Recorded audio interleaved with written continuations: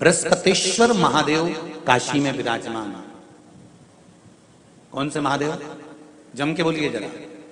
बृहस्पतिश्वर महादेव काशी में विराजमान है, जो अंगूठी में पुखराज नहीं पहन सकते, जिनकी भाग्य रेखा उल्टी चल रही हो, बृहस्पति चमक ही नहीं रहा हो, जिस काम में हाथ डालते हैं वो काम पूरा ही नहीं होता हो, तो एक बार काशी जाना, बृहस्पतिश्वर महादेव का स्पर्श करना, उनका अभिषेक पूजन करना और उनका स्पर्श कर कर एक बेलपत्र ब्राह्मण देवता से मांग कर लेकर जाना कि इन बृहस्पतिश्वर महादेव से मुझे एक बेलपत्र दे दो। तुम्हें पुखराज पहना कि नहीं पहना, हीरा रतन माणिक पहना कि नहीं पहना, वो बेलपत्र इतना चमत्कार कर देगी कि जिंदगी में कभी संपदा की कमी आएगी नहीं। अगर बृहस्पति नहीं चमके तो बृहस्पतिश्वर महादेव, जहां पर बैठकर बृहस्पति भगवान ने शंकर भगवान की आराधना करी है, रोज गंगा जल जाना, गंगा जल लेकर आना, शिव जी की आराधना करना, एक शिवलिंग का निर्माण करना, उसकी आराधना में बृहस्पति भगवान डूब गए, उसकी आराधना में बृहस्पति महाराज निरंतर लगे रहे और इतनी आराधना बृहस्पति महाराज ने करी, इतनी आराधना करी बृहस्पति महाराज ने कि शंकर भगवान सामने प्रकट हो गए। मांगो बृहस्पति, तुमको क्या चाहिए? कुछ नहीं, केवल आपका भजन। नाम रख दिया, तुम्हारा नाम बृहस्पति रहेगा। बृहस्पति भगवान का एक नाम बृहस्पति भी रख दिया और तुम साधारण नहीं रहोगे। तुमने मेरी आराधना करी है तो देवताओं के गुरु बनकर विराजमान होगे। अब अभी तक 2 भार इंद्र के पास में थे, बहुत ध्यान देकर समझना। 2 भार थे इंद्र के पास। इंद्र देवताओं के गुरु भी बनकर बैठे थे। देवगुरु बृहस्पति की जगह पूर्व में इंद्र ही देवगुरु का पद संभालते और देवराज का पद भी इंद्र के पास में था। कौन कौन से पद थे? जम के बोलो जरा। पहला पद देवराज इंद्र का, दूसरा पद देवगुरु, देवगुरु का पद भी इंद्र के पास में था और देवराज का पद भी इंद्र के पास में था। इंद्र के पास में 2 सत्ता थी, एक देवराज इंद्र थे और दूसरे गुरु का पद भी इंद्र के पास में था। देवताओं के गुरु बनकर इंद्र घूम रहे थे, पर अब उल्टा हो गया। शंकर भगवान ने बृहस्पति महाराज को देवगुरु बना दिया। अब जैसे ही देवगुरु बनाया तो इनका इंद्रदेव का मुंह, अरे वो बोलो तो तुम, भगोड़ ऐसा हो गया, कुर्सी उतरी कि मुंह भगोड़ा। जब सौभाग्यवती नारी गोदी में, ये सती मैया के प्रसंग से ये प्रसंग है, ध्यान देना महाराज, बहुत बहुत स्मरण में रखिएगा। आपके कोई पूछे तो आप लोगों को जवाब देने में दिक्कत नहीं आएगी और आप उस पर स्मरण करेंगे।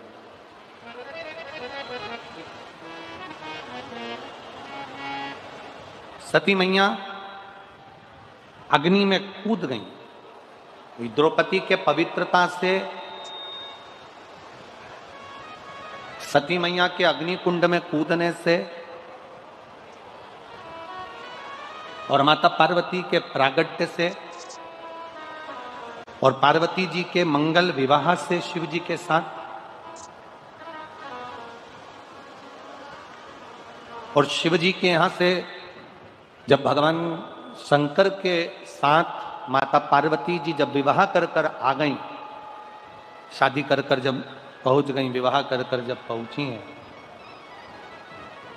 और लक्ष्मी, सरस्वती, गायत्री, इंद्राणी, ये सभी देवियां जब कैलाश धाम पर एकत्रित हुई,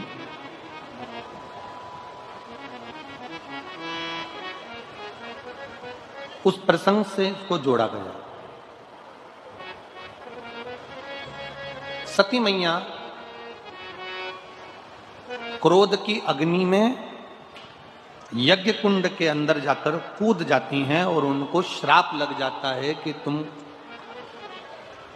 देव यज्ञ में, देवताओं के होने वाले इस कार्य में, होने वाले सत्कर्म में तुम कूदी हो, इसलिए तुम्हें कोयल की योनि प्राप्त हो। शंभु, तुम्हें कोयल की योनि प्राप्त हो।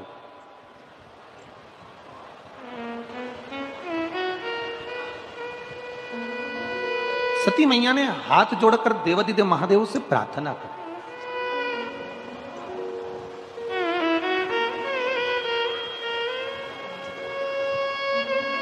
प्रभु गलती तो हो गई, अब ये गलती तो हमसे हो गई है कि ये अग्नि में हम, यज्ञ की अग्नि में हम कूद गए हैं। थोड़ा बेस कम करो बाबा। यज्ञ की अग्नि में हम कूद गए, ये गलती तो हमसे हो गई है, पर क्षमा भी तो आप ही को करना है प्रभु, क्षमा भी तो आप ही को करना है। शंकर भगवान ने कहा, तुम कोयल के रूप में जन्म लेने के बाद में जब 2 आषाढ़ पड़ेंगे, जिसको दुनिया के लोग कोकिला अधिक मास कहेंगे, और ये 2 आषाढ़ में तुम जब मेरी आराधना करोगी अखंड सौभाग्य को पाने के लिए,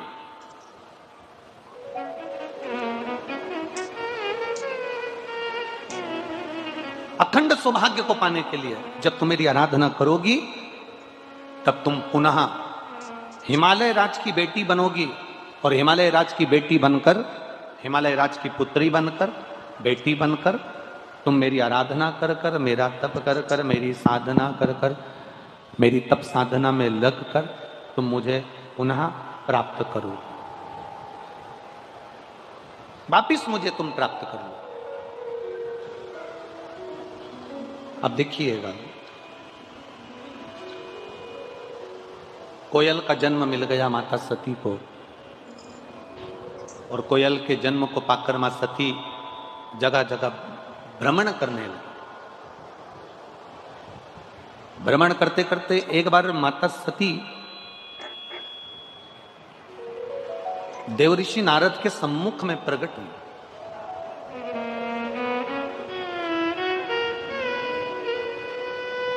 और देवऋषि नारद ने जब माता सती को देखा तो माता सती से कहा, सती, मां को नमन कर कर कहा कि एक छोटी सी गलती सती माता तुमने कर ली। एक तो अपने पति के सामने जाकर झूठ बोल दी, दूसरा सीता जी बनकर राम जी की परीक्षा ले ली, तीसरा अपने पिता के घर में यज्ञ में तुम बिना बुलाए चली गई, और चौथा जो गलती तुमने करी है वो गलती, सबसे प्रबल गलती यह करी कि उस यज्ञ की अग्नि में, यज्ञ के कुंड में तुम कूद कर अपने प्राणों को त्याग दिया। उस यज्ञ की अग्नि में तुमने अपने प्राणों को त्याग दिया, उस यज्ञ की अग्नि में तुम अपने प्राणों को छोड़ दिया। अब थोड़ा सा ध्यान लगाना, ये जितनी माताएं बैठी हैं, जितने भाई बैठे हैं, जितने लोग आस्था चैनल पर कथा सुन रहे हैं, जितने फेसबुक यूट्यूब पर कथा सुन रहे हैं, जरा ध्यान लगाकर कथा का स्मरण करना। सती मैया के जन्म से पहले, पार्वती जी के जन्म से पहले जितने जितने जन्म माता पार्वती के हुए हैं,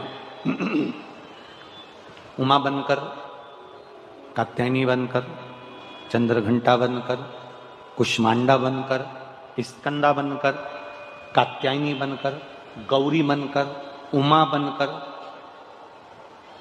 ये सब माता पार्वती जी के जन्म के पहले के सारे जन्म माता पार्वती के हैं, जितने भी हैं, उमा, कात्यायनी, चंद्रघंटा, गौरी, महागौरी, स्कंदा, कात्यायनी, ये जितने जितने माता के अवतार हैं, ये सब पार्वती जी के जन्म के पहले के।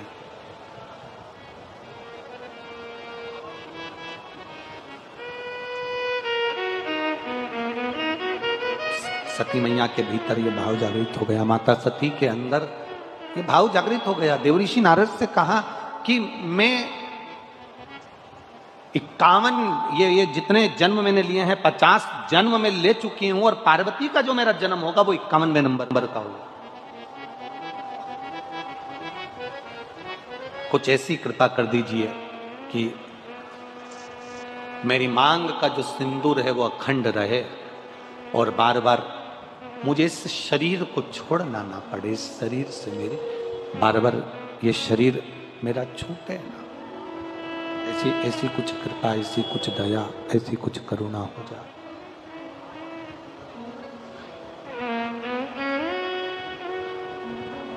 कहा, देव ऋषि नारद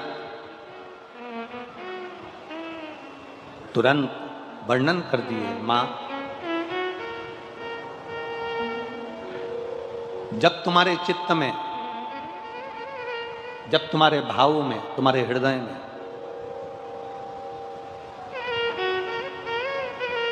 तुम्हारी चित्तवृत्ति में, तुम्हारे हृदय में, तुम्हारे भावों में जिस समय पर तुम कोयल बनकर भी एक अन्न के दाने को अगर उठा लोगी और वो अन्न का दाना तुमने जो उठाया है अगर वो दो भाग वाला है, वो अन्न के दाने में अगर दो भाग हैं जिसको तुमने उठाया और वो अन्न का दाना भूलवश भी अगर किसी सौभाग्यवती नारी की गोद में अगर पड़ जाता है तो मां तेरा वो अखंड सौभाग्य भी रहेगा और तुझे जिंदगी में दूसरी बार फिर बदलकर जन्म नहीं लेना पड़ेगा। एक ही अखंडता में चल रहा है, एक अखंडता के साथ।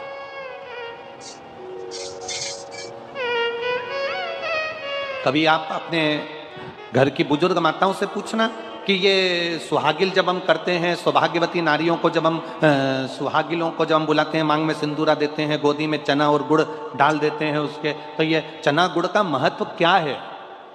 कभी सौभाग्यवती नारियों से या जितनी सुहागवती माताएं हैं, जो बुजुर्ग घर की माताएं हैं, उनसे पूछना कि ये सुहागिल जब हम करते हैं 11, 5, 7 बिठाते हैं, उनकी गोदी में चना और गुड़ जो हम डाल देते हैं, ये प्रसंग कहाँ का, ये प्रसंग का सार तत्व कहाँ से?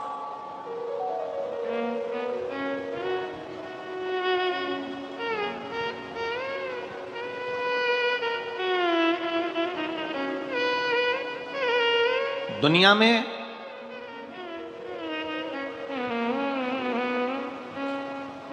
सब चीज में मिलावट हो सकती है, ऐसी कोई चीज नहीं जिसमें मिलावट नहीं हो। दुनिया में सब चीज में मिलावट हो सकती है, केवल एक चना और गुड़ ऐसा होता है जिसमें मिलावट का कोई काम नहीं होता है। गुड़ के अंदर खार हटाने के लिए, कालापन हटाने के लिए थोड़ा बहुत उसमें कुछ डाल सकते हैं, पर रहेगा वो गुड़ गन्ने का रस ही। गुड़ को साफ किया जा सकता है, गुड़ का पाउडर बनाया जा सकता है, गुड़ का पाउडर का डब्बा बनाया जा सकता है, गुड़ की बड़ी ढेली बनाई जा सकती है, गुड़ की छोटी ढेली बनाई जा सकती है, गुड़ की और छोटी ढेली, पर रहेगा वो गुड़ ही। उसमें मिलावट सफाई के लिए कर सकते हो, पैकिंग के लिए कर सकते हो, सुंदर दिखने के लिए कर सकते हो, अच्छा बनाने के लिए कर सकते हो, आप उसकी पैकिंग या अच्छा बनाने के लिए उसको कर सकते हो, पर रहेगा वो गुड़।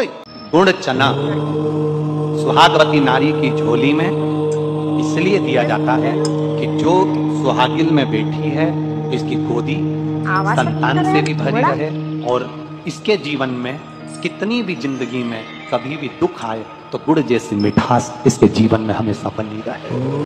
गुड़ चना। डॉक्टर कह रहे हैं कि ऑपरेशन से बच्चा होगा, गुड़ की 60 डली ले लो छोटी छोटी और तुमरुका जी का नाम लेकर शिवलिंग पे से घुमाकर जो नारी की डिलीवरी होना है और डॉक्टर बोल रहे हैं ऑपरेशन से होना है तो उसको एक एक डली गुड़ की तुमरुका जी का नाम लेकर खिलाना चालू कर दीजिए, ऑपरेशन से बच्चा नहीं होगा, नॉर्मली।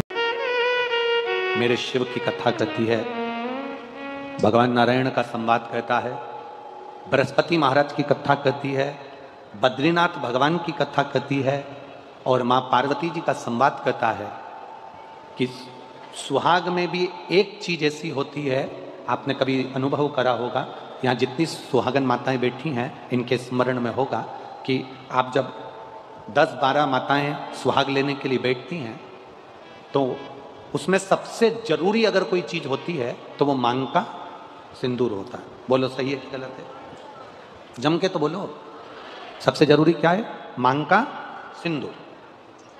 अब इसमें चूड़ी की महत्वता बताई क्या? इसमें मंगलसूत्र की महत्वता बताई क्या? इसमें नाक की लौंग की महत्वता बताई क्या?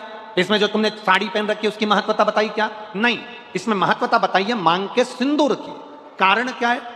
चूड़ी जो तुम हाथ में पहनी हो, सबके हाथ में अलग अलग डिजाइन की चूड़ी हो सकती है, सबके कलर अलग हो सकते हैं, सबकी मूल्य अलग हो सकता है। कोई 10 रुपए दर्जन, कोई 5 रुपए दर्जन, कोई 50 रुपए दर्जन, कोई 150 रुपए दर्जन, कोई 500 रुपए दर्जन की चूड़ी हो सकती है। जिस चूनर को तुम ओढ़े हो इसकी कीमत ऊपर नीचे हो सकती है। जिस नथ को तुम पहने हो, सुहाग की सामग्री में जो जो सामग्री आपको बताई जा रही है इसकी कीमत ऊंची नीची हो सकती है। कान का कुंडल पहने हो, इसकी कीमत ऊंची नीची हो सकती है। आपने गजरा लगाया, उसकी कीमत ऊंची नीची हो सकती है। जो मंगलसूत्र पहना, किसी ने बड़ा पहन लिया ज्यादा कीमत का है, किसी ने छोटा पहन लिया कम कीमत का है, इसकी कीमत ऊंची नीची हो सकती है। पाँव में बिछुड़ी पहनी, इसकी कीमत ऊंची नीची हो सकती है। पाँव में पायल पहनी, इसकी कीमत ऊंची नीची हो सकती है। केवल सारी दुनिया में जितनी नारियां हैं जो मांग में सिंदूर लगाती है उसकी कीमत एक जैसी रहती है, उसकी कीमत कभी ऊंची नीची नहीं रहती है। मांग के सिंदूर की कीमत एक जैसी। इसलिए जितनी बैठती हैं, जितनी भी माताएं वहां पर, जितनी भी माताएं वहां बैठती हैं, वो सब के मांग में एक जैसा सिंदूर होता है, क्योंकि सिंदूर एक सम है, एक सम। 16 श्रृंगार में से बाकी के श्रृंगार की कीमत ऊंची नीची हो सकती है, पर मांग के सिंदूर की कीमत एक जैसी।